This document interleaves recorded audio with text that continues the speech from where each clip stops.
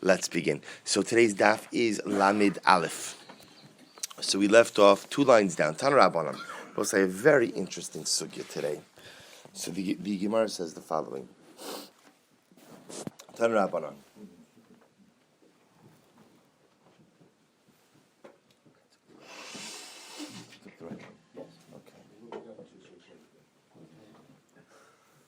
Tan Rabbanan. Sukkah Gizula, a stolen sukkah. Or for that matter, one who goes ahead and makes a sukkah in Rosh Hashanah. Now Rashi points out, hunami gezel harabim. So making a sukkah in the Rosh Hashanah is also a form of theft. Why? Because the Rosh Hashanah belongs to everyone, and as such, no one person could commandeer the Rosh Hashanah for their own sukkah use. So a person either steals a sukkah, or a person makes a sukkah in Rosh Hashanah. Rabbi Eliezer posel. Rabbi Eliezer says such a sukkah is possible. The Chachamim machshir, and the Chachamim say the sukkah is kosher. So what's going on over here? Amar Rav Nachman machlokes b'shetokef eschavero v'hotzio misukaso. Now both say, what is the case of the stolen sukkah? So the case of the stolen sukkah is Reuven's my next door neighbor. He has a very nice sukkah. I go over, I grab him by the lapel, I throw him out of the sukkah, and I lock the door. That's the case of now, as opposed to what? What is the Gemara correct? As opposed to a case of where I actually, let's say he has one of those, pop-up sukkahs, and I just lift up the sukkah and move it somewhere else. You'll see why the Gemara is framing the case that way. Rabbi Eliezer goes according to his reasoning, because what does Rabbi Eliezer say? We saw this 2 days ago. The Amar ein adam yotzei chovaso bisukaso shel chavero. Rabbi Eliezer is of the opinion that you cannot be yotzei the mitzvah of sukkah with your friend's sukkah. I.e. Rabbosai, the halacha is, Rabbi Eliezer says you can't use a sukkah shul. This was on Chav Zayin. You must have your own sukkah. Basukos, chaga sukkos ta'aseh lecha, says Rabbi Eliezer. It must be your own sukkah, and your sukkah for 7 days. Therefore, again, Rabbi Eliezer says that if you went ahead, the karka ein adam yotzi yechavas b'sukkah shachavero, karka nigzelas. Now, Rabbosai, we will see that there is a fundamental machlokes as to whether or not real property can ever be stolen. Look at Rashi. Kilomar im yesh ala karka toras gezel kishar metalton la'amod b'ches kasagazlan. If you hold that real property can be stolen, sukkah gizulahi, then at the end of the day, this is a stolen sukkah. And according to, because both sides you can remember, anything that is mechuber lekarka, anything that is attached to the ground, has the status of the ground itself. Therefore, Lemaisa, the sukkah, will have a status of karka. So says Rabbi Eliezer, if you say that real property can be stolen, then it's a stolen sukkah. And I will say, if it's a stolen sukkah, then what? Then Lemaisa, again, it's not yours. Because it's not yours, you cannot go out and fulfill your obligation. Ve'inami karka ainun exelis, and even if you hold that real property cannot be stolen, at most still, sukkah she'ulihi. It is still, quote-unquote, a borrowed sukkah. Meaning, I will say, now what does it mean it's a borrowed sukkah? I just threw Ruvain out of it. Essentially, halachically, if something cannot be stolen, then by definition, what? It's, quote-unquote, being borrowed. It's being borrowed. But according to Rabbi Eliezer, either way, such a sukkah would be invalid. Why? Because Rabbi Eliezer says you need your own sukkah for the Yom Tov of Sukkah. Say again, if you hold that real property can be stolen, it's a stolen sukkah and it's not yours and you're not yotzei. If you say real property cannot be stolen, karka ain't an exelis, then it's a quote-unquote borrowed sukkah. And according to Rabbi Eliezer, who says that you must have your own sukkah, the sukkah must be yours for all 7 days, you're not yotzei either. What about the Rabbanon? The Rabbanon, remember, the Rabbanon hold that you are yotzei the mitzvah of sukkah in a sukkah gizula. The Rabbanon go according to their already established reasoning. What do they say? The Amri Adam yotzei yedei chavaso b'sukkaso shel chavero. Both say first of all because the Rabbanon hold that you can be yotzei the mitzvah of sukkah in the sukkah of your friend. That's number one. They don't hold of the drush of chag sukkos ta'aseh lecha, but rather again you don't even have to build your own sukkah at all. If you want to be a sukkah shner throughout the entire Yom Tov, that's your prerogative. Furthermore, the Rabbanon hold the karka eina nigzelas. Rabosai, again, the Rabbanon hold that real property cannot be stolen. Look at Rashi for just a moment over here. So Rashi says, Rabbanon l'tamayu, da amri yotze adam b'sukkah she'eno shalo, b'shu'ula, v'svirle the karka eina nigzelas, the Rabbanon hidamri baraka gozel, The karka ain't an exelas. Shabbos again the Maisa. This is a fundamental shita over here, that real property cannot be stolen.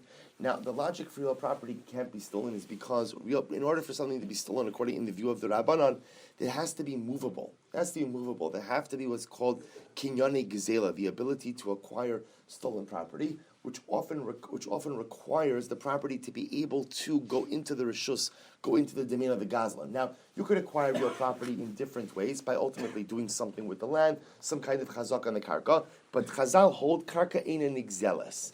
The sukkah she'ulihi. Now, both say, listen to this. If karka ein an exeles, if real property cannot be stolen, that means that what? That it's a borrowed sukkah. Again, remember, we're using that term lightly. Sukkah she'ulihi. So this is the fundamental machlokes in the Rabbanan. What it really comes down to is two pieces. Number one is, do you need your own sukkah over the course of Yom Tov? Rabbi Eliezer says the sukkah must be yours. Therefore, by definition, according to Rabbi Eliezer, whether or not you hold karka and exelis or ain't an exelis is really irrelevant. Because if the karka is stolen, then ultimately, again, it's a stolen sukkah. If the karka is borrowed, then it's a borrowed sukkah. But either way, it's not yours. According to Rabbanan, they hold karka ain't an exelis. Karka ain't exelis. Real property cannot be stolen. And therefore, the Maisa, you can be yotze because this is a stolen sukkah. It's a borrowed sukkah. Aval, gazel eitzim b'sichech bahem.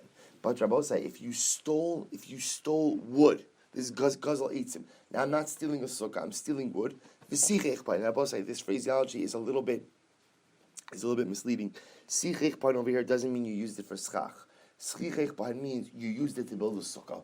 Say if I stole property and used it to build a sukkah, divrei hakol ein lo ela demei eitzim.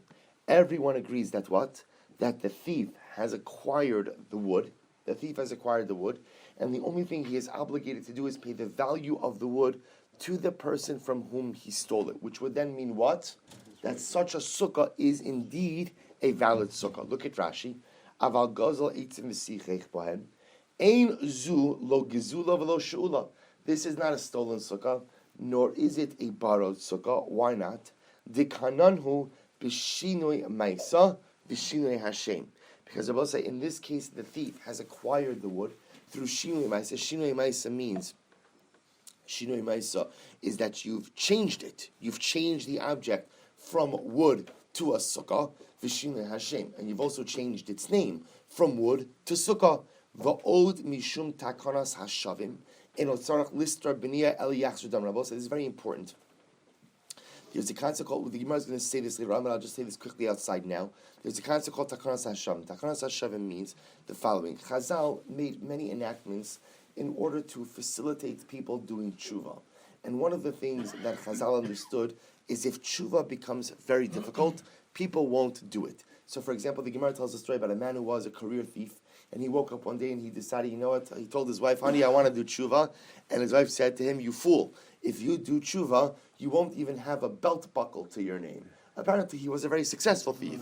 So everything he had was stolen. So she said to him, you're never going to... So one of the things that Chazal pointed out is if I stole a beam of wood and I built it into my house. Now, technically speaking, if I steal an item and the item is in existence, I have to go ahead and return it.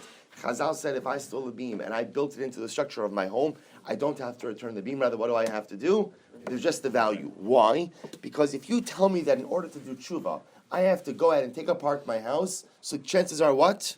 I'm not doing tshuva. So it's a fascinating insight also into human psychology. People want to do the right thing, but people are not really willing to exert themselves. I want to do the right thing if it's easy. If it's difficult, then you know what? That's going to be much more of a challenge. So Takanas HaShavim literally means the takana, the enactment for the penitent ones, for the ones who want to do tshuva. So essentially what the Gemara is saying over here is the following. If I stole wood, the machlokes in Rabbi Eliezer and the Chachamim is only what? When I stole a sukkah. So I took someone else's structure. I kicked him out. I remember the Gemara said I took Reuven by the lapel. I threw him out of the sukkah. I'm living in a sukkah. I locked the door behind me. So machlokes, Rabbi Eliezer and the Chachamim. Rabbi Eliezer says it's not good because at the end of the day the sukkah is not yours. Chachamim say it is good. I mean good mean I'm Yosei sukkah. Because again, sukkah doesn't have to be mine. And B, karka ain't an exelis. However, what if I stole Reuven's wood? Reuven has a pile of lumber in his backyard. I stole it and I made a sukkah. So in that case, the Gemara says everyone will agree that first of all, I am Yotzei. I am Yotzei. Why? Because there are certain Kinyani Gzela. I acquire the items because once I build that wood into a sukkah, then what? The halacha becomes I am no longer obligated to return the wood. I'm obligated to return the value of the wood. Why? Takana shavim. Because whenever stolen property is built into a structure, even if in this case it's a temporary structure, the mais again Chazal were not matriach the ganav, the thief, to deconstruct his item and return the wood. He just simply has to go ahead and return the money. So the mais again, the sukkah, even according to Rabbi Eliezer, would be good because I have acquired that wood and therefore the sukkah is mine. So the Gemara says mimai. How do we know this? Midiktani. Now, when the Gemara asks mimai, what the Gemara is going back for just a moment. Rashi says mimai to bigzelas karka pligi b'tama deshula. How do we know? How do we know that the machlokes in Rabbi Eliezer and the Rabbanon is really about karka and exelas or in an exelas, and whether or not you could be yotzei with a borrowed sukkah? To which the Gemara says midiktani dum yoderush sarabim, because the case that the Brisa brought out was a case that equated the stolen sukkah with Rosh Hashanah. Ma Rosh Hashanah lav didehu, just like the Rosh Hashanah does not belong to me. Af sukkah nami lav karka didehu. So to the sukkah is also a case of where it did not belong to me. So Rabbi said the Gemara is just supporting the idea that we said before that the machlokes Rabbi Eliezer and the Rabbanon was in a case of a stolen sukkah that sits atop the ground of my friend, and therefore the fundamental machlokes was in the Rabbanon is karka an exelas or ain't an exelas. Hahi safta. There was an old lady, an old woman. That what happens? The asi lekamed Rav Nachman, who came before Rav Nachman, and she said, Amrale, she said to him, Reish Galusa, Vikulu Rabbanan debe Reish Galusa, Besuka Gizula Havu Yasvi. And she said, the Reish Galusa, Rabbi, remember the Reish Galusa was the head of Babylonian Jewry, and all the rabbis of the house of the Reish Galusa are all living in a stolen sukkah. Now, what was she positing? So what was she claiming? If you look at Rashi says over here, Hahi Safta, the Gazla Mimeni Avde Reish Galusa, Eitzim V'Sech. So this old lady is coming before Rav Nachman, and she's saying the house of the Reish Galusa, right? Somebody from the Reish Galusa stole my wood. And they stole my wood, and they built it into a sukkah, and they're all sitting in that sukkah, and therefore the Reish Galusa and the rabbis of the Reish Galusa's house, none of them are yotzim in the sukkah, they're sitting in a sukkah gzula. So what happened? V'lo ashkachba. V'lo ashkachba literally means that he did not pay attention to her. Now, what she wanted is, she wanted her wood back. So she wanted Rav Nachman to order the Beis Din, to order the house of the Reish Galusa, to deconstruct the sukkah, and to return the wood. Rav Nachman did not pay attention to that particular claim. Amrale, she said to him, Isisa da havile la avua, tlas umeya v'timni sari avdi.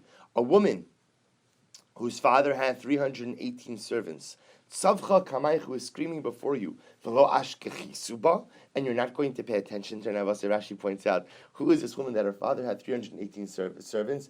She was saying, I'm a daughter of Avram Avinu. Avram Avinu, the Torah said, right, had 318 servants. So she's saying what? I am a daughter of Avram Avinu, and you're not going to pay attention to me. She was frustrated. She was upset that Rav Nachman did not seem to be paying attention to her claim. Amar lahu Rav Nachman. Rav Nachman said, Pa'isa hida. Pa'isa hida. If you look at Rashi, kolanis. Literally, this woman is a complainer. Ve'ein la ela demei eitzim bilvad. Because I've told her before. Apparently, this was not the first time this came up. I've told her before, she is not entitled to get the wood back, but rather, what is she entitled to? She's entitled to the value of the wood. So apparently, she really wanted the wood. I don't know, maybe it was her grandfather's wood, whatever it was. She wanted the wood. Lemaisa again, all she was entitled to was the money. So look at Rashi, Rabbi Osai. Rashi says, Ela dmei eitzim, detakonos chachamim hizu al hamorish hagazol shebeno ababira, shita hanigzal es damav. So what's exactly what we said before, that Lamais, again, once you build stolen property into a structure, again, remember, the interesting part about Sukkah is, for the 7 days of Sukkah becomes a permanent structure. Even though, again, it's a diras arai, it becomes a diras kavua, because it is where you live throughout the 7 days. Once you build it into the sukkah, by definition, again, you are not obligated to deconstruct the structure in order to give back the wood. Hai kishura. Let's take all questions at the end. Hai kishura de mitlalasa de gzula. If you have a beam, that was built into the sukkah that was stolen. So a stolen beam built into the sukkah.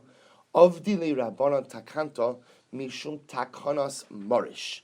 So I will say the rabbis extended the takana of Takanas Marish to this particular structure. So also again, Takanas Marish literally means the takana, the enactment of the beam. That's what we just said before. That's the case of where the thief steals a beam, builds it into the house, wants to now do tshuva. Chazal did not obligate him to go ahead and deconstruct the house, remove the beam in order to return it. Rather, he just has to give the value. So now what the Gemara is saying over here is that Lamaisa, if you stole material and you built it into a sukkah, that same takanas marish, or what we call takanas shavim, applies to this case as well. Look at Rashi, mipnei takanas marish, v'lo amrinan in kan hefsid meruba, v'yastir sukaso, the mitzvah mashvilei kol shiva kebinyan keva. Rabbi said this is a very important Rashi. You see, one might have thought that the takanas marish, no one it applies to my house.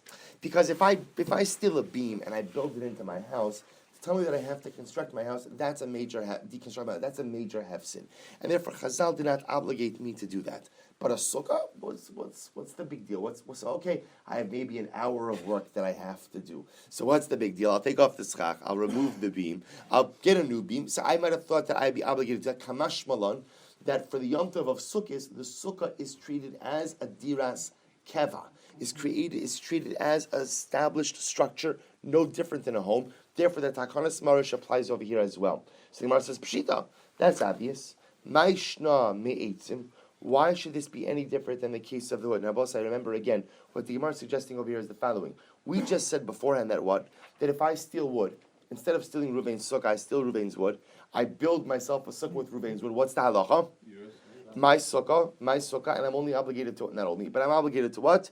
To compensate him for the value of the wood. So the Gemara says, okay, if you already said that by the case of the wood, why do you have to restate this now where? By the case of the beam. Meaning, obviously, if you said it by the wood, it applies to the beam as well. To which the Gemara says, Ma'odatema, eitzim shchichi, aval hai lo shchicha emalo. I might have thought that maybe when you steal wood is common. Wood is common. And therefore, again, that's why we let the thief keep the wood. Because it would be a little bit of a tircha for the thief to deconstruct the sukkah. Let him keep the wood, and let him compensate the owner of the wood for the wood. But by a beam, again, I guess, a structural beam is a much bigger to do. So you can't just walk into the forest and find a structural beam. So I might have thought that something like that, which is much more significant. Lemaisa, again, perhaps the thief would not acquire it, and he'd have to go ahead and deconstruct his sukkah and give it back to the owner. Kamashon, that is not the case. Kamashon, the takanas hashavim and takanas marish still says that he could keep the beam as well. Rashi says, well, okay, fine. So the Gemara says the following. So the Gemara says, Hanimili bigo shiva. Then I will say, when does this apply? This applies during the 7 days of Yom Tov. And you will say, again, so if I went ahead and I stole the beam, or I stole the wood, and I built it into a sukkah, over the 7 days of Yom Tov, so what happened? Now the owner comes to me over the 7, brings me to Beis Din on Chalamayid. So on Chalamayid, Beis Din does not tell me that I have to go ahead and deconstruct my sukkah, because the mice is like a diras keva, it's like an established structure. However, aval basar shiva, but after the 7 days of Yom Tov, then what? Hadar be'enei. Rabosai, this is interesting. So let's say then, Reuven comes, Isrichad, he brings me to Beis Din and he says, you stole my beam. In that case, says the Gemara, then what? You'd have to return the beam. Why? Very interesting. Why? Because after the Yom Tov of Sukkot, so the sukkah is no longer considered to be a diras kava. It's no longer considered to be an established structure. And because it's no longer considered to be an established structure, takanas marish or takanas hashavim does not apply to it. Takanas hashavim, the idea, or takanas marish, this idea that you don't have to deconstruct the structure to return a beam, rather you just give the value, is only an established permanent structure.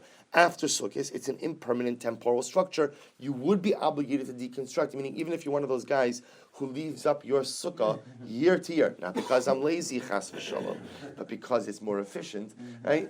Then what? Still, after Sukkot, that structure is temporary in nature and would have to be deconstructed to return the beam. So the Gemara now goes right. So I'll just tell you quickly,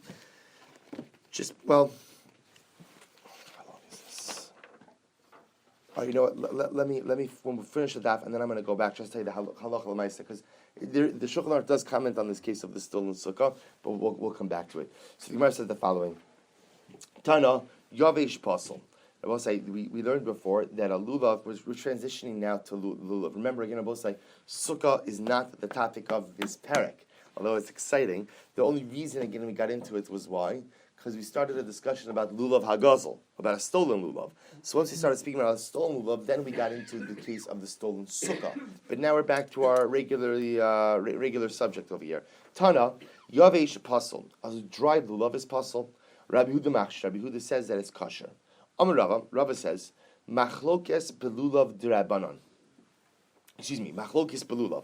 So Rava says the machlokes about yavesh is a machlokes in lulav. The Rabbanon Savri, because the rabbis hold Makshinan Lulav La Esrog, Ma Esrog Boy Hodder, Af Lulav Boy Hodder. So both say the Rabbanon hold that what? That we equate Lulav and Esrog. Now, why would we equate Lulav and Esrog? Ulakachtem Lachem Bayam Arishon, Pre-Eitz Hodder, Kapos Tamarim. Right? So what happens? The Torah discusses Lulav and Esrog in the same pasuk. That's called the Hekish. That's called the comparison, or smuchin, or juxtapositions. So the Lamais, again, the Rabbanon say that all of the laws of Esrog essentially apply to Lulav as well. Namely, just as Esrog must be Hadar, that's why the Torah calls it a pre-Eitz Hadar, and must be beautiful, so too, again, Lulav must be beautiful as well. And therefore, again, what? And therefore, the Lamais, if the Lulav is Yavesh, it will not be kosher. So the Gemara says, Rabbi Huda says, no, lo makshinan lulav la esrog. Rabbi Huda says that we do not compare or equate lulav to esrog, and therefore, again, although esrog must be hadar, esrog must be beautiful, lulav does not have to be, and therefore, according to Rabbi Huda, even a lulav yavesh, even a dried out lulav is going to be kosher for the mitzvah. However, aval be'esrog divrei hakol hadar ba'inan. But I will say, in Rava's view, both the Rabbanon and Rabbi Huda agree that what? That esrog must be beautiful. There's a din of hidr, there's a din of hadr, there's a din of beauty by esrog, although the machlokas says if it applies by lulav as well. Okay, so the Gemara says, Ubelulav lo bay, hold on to that for just a little bit, we'll come back to esrog in just a little bit. Ubelulav lo bay, is that true that lulav does not require hidr? So the Gemara says, Ubelulav lo bay Rabbi Huda hadr, does Rabbi Huda not require hadr by lulav? But Hadran, we learned, Rabbi Huda says, Ya'agdenu milamala. Rabbi Huda holds, Rabbi Huda said in the Mishnah that you should tie the lulav on the top, that you should bind the lulav together. So the Gemara says, my time, why is that? Lav mishum debay hadar, is that not because Rabbi Huda wants the lulav to be beautiful, and that by binding it together, you can go ahead and beautify the mitzvah of lulav, to which the Gemara says, no, that's actually not the reason. Kedik tani time with Rabbi Huda, Omer mishum Rabbi Tarfon, kapos tmarim. No, Rabbi Huda's logic is totally different. How does the Torah refer to a lulav? Kapos tamarim, kapos, or kafus, v'im haya paru yikaf senu. Rabbi say what it teaches us is what? Kapos tamarim could also be vocalized as how? Kafus. Kafus means what? Bound or tied. From which Rabbi Huda learns that if the lulav has the danger of splitting, you should what? Or when I say splitting, I mean the leaves coming apart. Then what? Or spreading apart. Then what? You should bind it together. So therefore, according to Rabbi Huda, the idea of binding the lulav has nothing to do with hidra, has nothing to do with beautifying the mitzvah. It's just simply part of the definition of the mitzvah because it's called kapos tamarim. Okay. V'lo by hadar, is that true that it doesn't require hadar by lulav? But we learn, ein ogdines halulav ela b'mino div Rabbi Huda. Rabbi Huda holds that you have to bind the lulav, and this refers specifically to binding the hadassim and the aravos and the lulav together. But you could only go ahead and bind the lulav with mino. Mino also means with one of the items that are part of the bundle itself. My time, what's the reason for that? La mishum debay hadar. So why does Rabbi Huda hold that the bundle has to be bundled, that the lulav hadas has to be bundled? Is it not because hadar? Because this is a beautification of the mitzvah. Lo deha amarava afilu b'siv v'afilu b'ikar dedikla. No, it's not true. Why? Because Rava said the truth is you could even bind the bundle together with what? With ivy or with the bark of the palm tree. I will say ivy over here means the ivy that grows around the trunk of the palm tree. That's considered to be palm-like in nature, and the bark of the palm tree obviously is what? It's part of the palm tree itself, and this is okay. Why? Because it's considered to be part of the min of lulav. because since the lulav comes from the palm tree, then ultimately, again, anything else that comes from the palm tree is considered mino. Ve'ela my taima de Rabbi Yehuda. So if that's the case, so why does Rabbi? So the fact that Gemara is bringing then that you could bind the lulav with these things, which don't look like everything else, indicates that what? That it's not because of hiddur. Because when you bind it with a piece of ivy, or when you go and you bind it with a piece of palm tree bark, which is not going to look all that beautiful, which is indicative that the binding is not a function of hiddur. So why does Rabbi Yehuda require that you bind it? My time, Rabbi Yehuda, hasam de kasavar, lulav tzarich agud. Right? Eged, because he holds, lulav has to be bound. That's the din in lulav. It's not a din in hiddur. It's a din in the fundamental nature of the mitzvah, that these items must be bound as a collective unit. And if you use another type of item for the binding, havalahu chamisha minin. So here's what's according to Rabbi Yehuda, if you use, I don't know, rubber band, right? Good. I was thinking something organic. Rope. You could use rope, or use something, whatever. Use something else. That's not one of the dollar minim. So then what? That's a fifth min. That's a fifth object that is now part of this bundle, which obviously is problematic. Alts baltosif. Alts adding on. Fine. So far, where the Gemara is holding right now is that the machlokis Rabbi Yehuda and the Rabbanon is in the case of whether or not lulav requires hiddur. According to the Rabbanon, it does. And why? Why? Because the pasuk itself creates hadar, the esrog, which everyone agrees requires hiddur, and lulav. Therefore, lulav requires hiddur as well. And Rabbi Yehuda says, no, lulav does not require hiddur. But what we're holding right now is everyone agrees that what? Everyone agrees that esrog does require hiddur. To which the Gemara asks, ube esrog mi boy. Does esrog really require hiddur? So the Gemara says, ube esrog mi boy Rabbi Yehuda hadar. Does Rabbi Yehuda require that the esrog be beautiful? This is hiddur mitzvah. V'hotnan, but we learned arba'as minin shabalulav. You have 4 different species that are part of the lulav. It's including the esrog as part of the lulav as well. Kishem shein pochsin mehen kach in mosifin alei. In the same way that you can't add up, the same way that you can't detract, you can't take away one of the species, so too you can't add on. Lo matzeh esrog. Let's say again you can't find an esrog to use on sukkis. Lo yavi parish. You can't use a quince instead. Velo rimon, or a pomegranate. Velo davar acher, or anything else. We'll discuss what the havamina is, that you could substitute the lemon, or something else. We'll get into that. What the Gemara is saying is, if you can't find an esrog, you can't substitute another fruit for that esrog.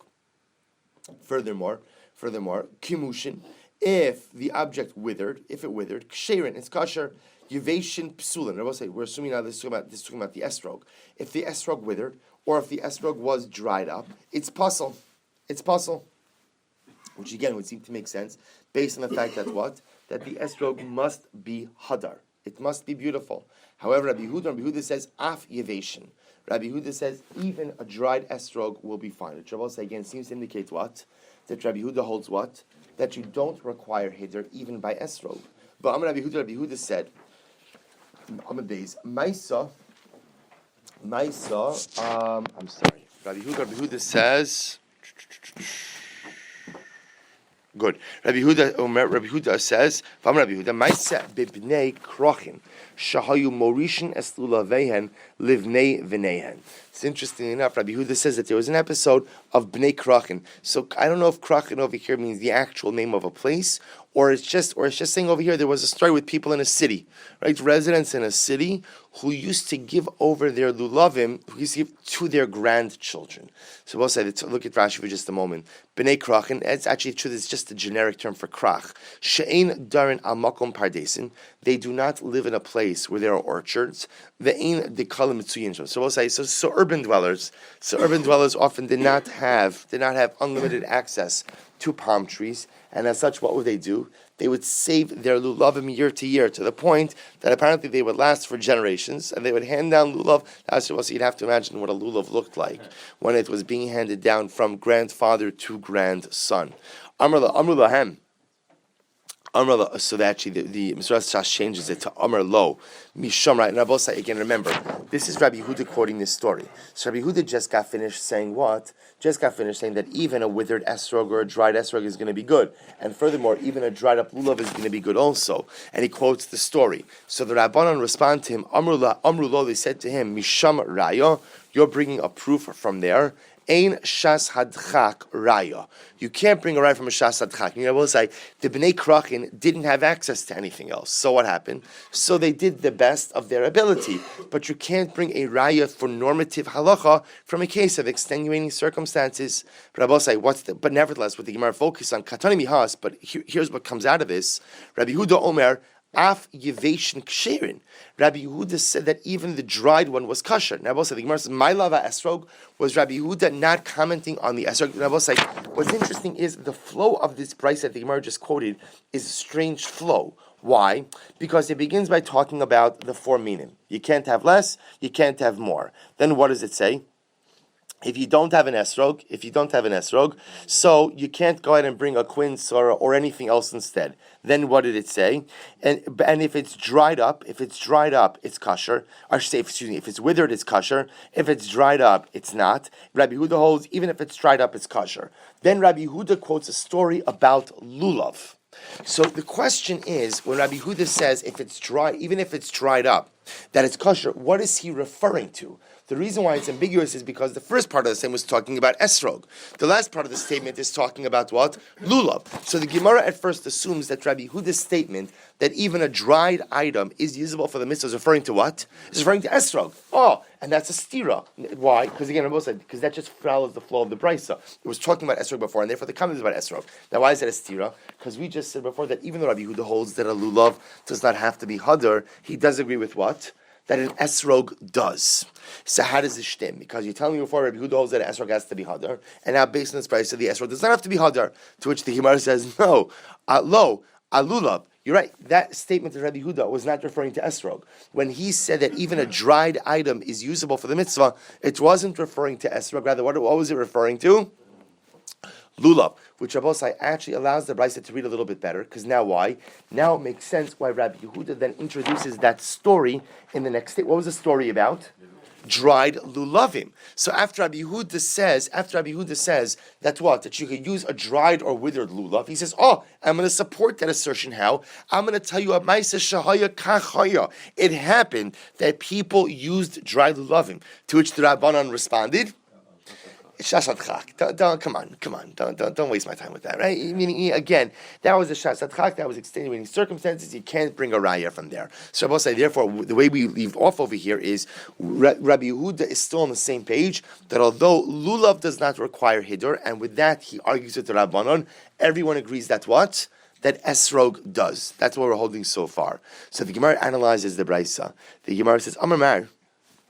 That's what we said before. Kishem shein pochsin mehen, kachein mosifin alehen. What did the Brisa say? The same way that you can't add on or you can't detract from the dalid minim.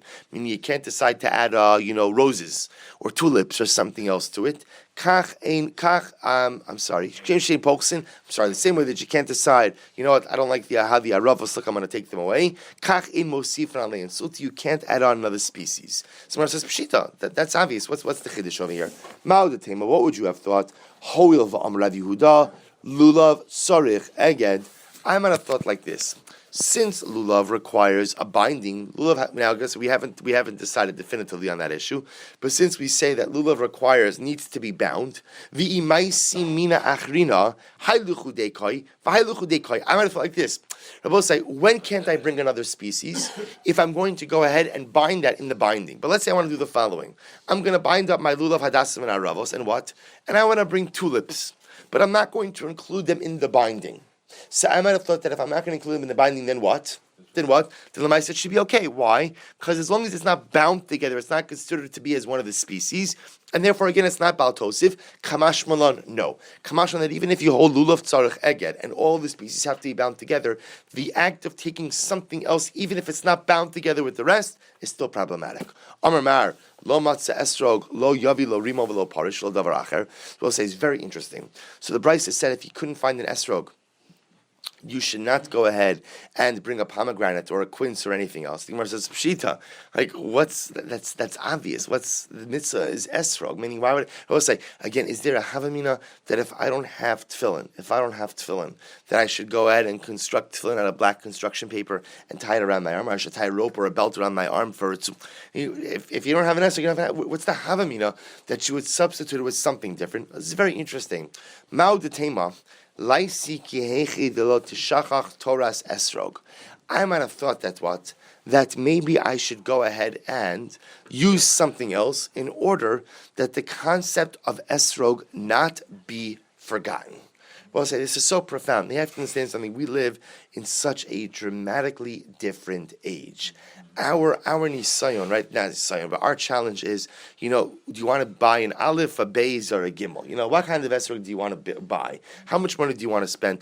I'll say it wasn't like that. It wasn't like that. Again, not even so long ago, where again, certainly in pre-war Europe, very often there was one esrog per town, and everybody would go ahead and use that particular esrog, and that was it. Many beautiful stories about that. That was it. So what the Gemara is saying over here is, I guess already Chazal understood that this is the kind of mitzvah that because it depends where you're living and what crops there are, it's quite possible that there may be times, for example, where people don't have esrogim. So I might have thought that there should be a substitute in order that the concept shouldn't be forgotten. It's a fascinating idea that we don't want the concept of esrog to be forgotten, and there's a reality that communities en masse will not have esrogim, so maybe there should be a backup. You're not going to make a bracha on it, but at least again there should be something that people should not forget the concept of esrog. Kamash malan, zinin denafik churba minei, da'asi lemisrach, to which the Gemara says no, and therefore so that's the havamina, that I would substitute something else. Kamashon, that I'm not going to do that. Why? Because both says sometimes that could backfire terribly. How could it backfire terribly? That people will think, oh, you know what, it's okay, I'm going to go with the pomegranate route. It's a lot more economical. Right? It's just, again, so therefore, because it could ultimately actually undermine the mitzvah, therefore Chazal said you can't use anything else. So the Gemara says the following, Tashma literally means zimnin denafik churba minei. Sometimes it actually will end up being destructive. Da'asi lemisrach. People will become accustomed to using these other items, and it will fundamentally undermine the mitzvah of daled minim. Tashma, esrog hayashan pasal. If you have an old esrog is not kosher. It's pasal, probably because it's lacking hiddur. Rabbi Yehuda says that it is kosher. Tiyufta dirava tiyufta. So we'll say, interestingly enough, the Gemara says over here. Now here you have an explicit statement of Rabbi Yehuda, where Rabbi Yehuda is saying that lamaisa esrog does not require hiddur. Here it's explicit. Esrog does not require hiddur, to which the Gemara says, tiyufta dirava tiyufta. This is a refutation of the position of Rava, because what did Rava say on Amud Aleph? Rava said that as much as Rabbi Yehuda and Rabbanan argue about lulav, even Rabbi Yehuda agrees that what? That esrog has to be hiddur. Here it's clear that Rabbi Yehuda does not agree with that. So the Gemara says, "V'lo by hiddur." Is that true? That Rabbi Yehuda does not require hiddur? V'ha anan tana. But we learned hayara kikarsi. If you have an esrog that is green as a leek. We'll get into this later on. We'll discuss the actions, the big machloksim with the proper colors for esrogim. We'll discuss it. But if you have an esrog that's green as a leek, Rabbi Meir says that it's kosher. Rabbi Yehuda says that it's pasul. So why is it pasul? Lav mishum debay hiddur. Is it not because it requires hiddur? And therefore you see from here that even Rabbi Yehuda requires hiddur by an esrog, to which the Gemara says, lo, mishum de lo gomer peira. You know why? Because I will say a green esrog has not yet matured. Because it's not yet matured, it's not yet called an esrog. So Rabbi Yehuda says it's a pagam in the identity of the item. Tashma, shir esrog katan. What's the shear of an esrog? So the Gemara says the bottom shear, the lowest shear of the esrog, the smallest shear. Rabbi Meir Omer ke'egos. Rabbi Meir says it has to be at least the size of a walnut, of an egos. Rabbi Yehuda says kibesa, the size of an egg. Lav mishum debay hadar. Now, why does Rabbi Yehuda say it has to be the size of an egg? Is that not because less than an egg is not hadar, and therefore Rabbi Yehuda holds that there's hiddur by an esrog? No, lo mishum de lo gomer pera. Same idea, because Rabbi Yehuda holds that if the esrog is less than the size of an egg, it means it has not yet fully matured. If it has not yet fully matured, then the maisa again it's not yet called an esrog. Tashma, ubegadol. What is the ceiling? What's the largest shear for an esrog? Ubegadol kadesh yochaz shnayim biyado achas to Rabbi Yehuda. Rabbi Yehuda says the largest shear for an esrog has to have the ability to hold two of them in one hand. Rabbi Yossi says afilu echad b'shtei yadav. Rabbi Yossi says no. An esrog could be so big, Rabbi said, that even if you need two hands to hold one. So we'll say it's machlokes. Rabbi Yehuda holds the largest an esrog could be is you have to be able to hold two of them in one hand. Rabbi Yossi says no, it could be as big as you want, even if you need two hands to hold one esrog. My la mishun debai heder. Now, why does Rabbi Yehuda require that the esrogim be small enough that you can hold two in one hand? Is it not because that's muhuder, that's a nicer esrog? Lo, that's not the reason at all. Kevan da amarava, lulav b'yamin ve'esrog b'smal. Because the Rabbi said you have to hold the lulav in your right hand and the esrog in your left. Rashi points out over here the reason for that is because the lulav has more mitzvos associated with it. Lulav hadassim and aravos. Therefore, it goes in the right hand, which is considered to be more chashuv. This is assuming you're right-handed. And the esrog goes in the left. Zimnin, but what happens? Zimnin de mechafile, va'asi la'afchinhu. So va'asu le'ifsule. Because Rabbi Yehuda holds like this. What's going to happen? Sometimes you're going to pick up the lulav and esrog in the wrong hands. And what's going to happen? You're going to have to switch them around. So we'll say your esrog has to be small enough to be able to allow you to maneuver the esrog to the other hand and the lulav to the other hand. If the esrog is too large, what will happen? You'll fumble. What happens if you fumble around with it? It's going to fall down and you're going to invalidate the dalid minim. The Ella, Rabbi Yehuda haksiv hadar. So I'll say, but according to Rabbi Yehuda, what does he do with the fact that the pasuk says pre-8 hadar, which indicates to us what? That lamaisa, the esrog does have to be hadar, it has to be beautiful. I'll tell you the following. He says, Hahu hadar be'ilanu mishana l'shana. Rabbi Yehuda doesn't understand hadar as being beautiful, but rather Rabbi Yehuda understands that hadar actually identifies the esrog. What's the nature of the fruit of the esrog? Hadar be'ilan mishon l'shana. I will say esrog is very unique. An esrog fruit, even when it matures, does not fall off the tree. Other fruits, when they mature, they often fall off. Esrog does not fall off. You have to pluck it off, which means if you leave it on, what happens? It stays on. Rabbi Yehuda says that's the pasuk means. Pre-8, not hadar, but hadar. Hadar means what? One that literally lives on the tree from year to year. So we'll say what comes out is that Lamaisa, Rabbi Yehuda disagrees with the Rabbanan on both counts. Number one, machlokes about lulav, or machlokes about esrog, really about esrog. Rabbi Yehuda holds it doesn't have to be hadar. The Rabbanan say it does, and therefore, again, by extension, the Rabbanan who understand that the pre-8 hadar of esrog, hadar refers to beauty, understand that the Torah equates the lulav with the esrog, just as the esrog has to be beautiful, the lulav has to be beautiful as well. Whereas Rabbi Yehuda, who holds that hadar doesn't mean beauty. Hadar means hadar. It lives on the tree from year to year. Therefore, there's no hekish to be made. And therefore, just as esrog does not need hidr, so too again, lulav does not need hidr as well. But also, just very quickly, because we only have literally a minute, I just want to share with you. I have sheets of this. So if you want, you can take it afterwards. But the Shulchan Aruch paskins in Simin Tov Reish Lamed Zayin. Going back to what we learned before, Sukkah Gizula Kshera. I will say we paskin that a stolen sukkah is kosher. If Kate said, what's the case of a stolen sukkah? Im takaf al chavera v'otzia misikaso. I grabbed Ruvain by the lapels and I threw him out of his sukkah. Ugazla v'yashavba, and literally I stole it and I'm sitting in it, I'm living in it, and again I'm very firm. I'm sleeping in it, I'm learning in it, I'm doing everything in it. I'm not moving from it. What's the halacha? Yatza. Why? She'ein hakarka nigzelas. Because also we paskin that real property cannot be stolen. And because real property cannot be stolen, therefore, technically speaking, if I steal someone's sukkah, lemaisa, again, I am yotze with that. Similarly, he says, Shulchan Aruch, im gazel eitzim va'asa mehem sukkah, if I stole wood and I fashioned that wood into a sukkah, af api shelo chibron. Even though I didn't nail it down, I didn't cement it down, I didn't change anything with the wood, yotza, I'm still yotze. Takanas chachamim. Takanas chachamim she'en lebal eitzim ela demei eitzim bilvad. Because halacha l'maaseh both sides, this falls under takanas marish, takanas shavim. That once you build wood into the structure of the sukkah, I get to keep the wood, and all I'm obligated to do is what? Is l'maaseh refund the value. All right, we'll stop over here.